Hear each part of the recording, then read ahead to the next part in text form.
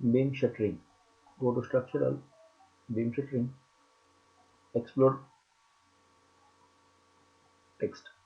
Command name RBS1. Select beam numbers. Then go to structural, click select beam sizes. RBS. Then select plan. Select beam framing plan, then press enter. Select beam framing plan, press enter.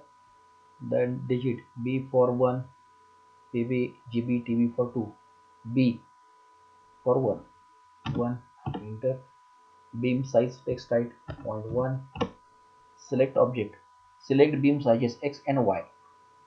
Text in schedule. Then press enter. X, Y, press enter and select exploded group.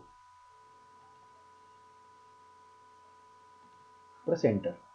Select column, beam X dimension, beam Y dimension, press enter. Select group, press enter. Select beam sizes.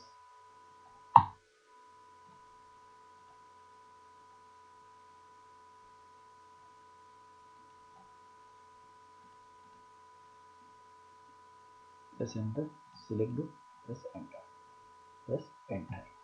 Then go to structural, go to more, then layer isolate. Click here, then select object, press enter, and this, and then